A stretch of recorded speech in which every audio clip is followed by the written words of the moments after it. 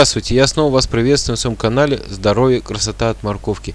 Я вам хочу рассказать очень интересный, достаточно простой рецепт, который эффективно помогает при кашле и бронхите. Это старый рецепт, он проверенный. Делается он следующим образом. Нам понадобится стакан сушеных груш, которые заливаются 2 литрами горячей воды, после чего кипятится в течение 10 минут. Далее этот отвар снимаем, даем остыть и настояться. Пьем в теплом виде в течение дня за 30 минут до еды. Такой отвар нужно выпить полностью. Обычно для полного выздоровления хватает от 1 до 2 кг сушеных груш. И хочу заметить, что нужно варить его каждый день, то есть чтобы он был свежий. А на этом все. Будьте здоровы, не болейте и до новых видео. Пока. Да, еще хочу добавить, что груша должна быть желательно дикой и высушенная под навесом, без всяких каких-либо добавок.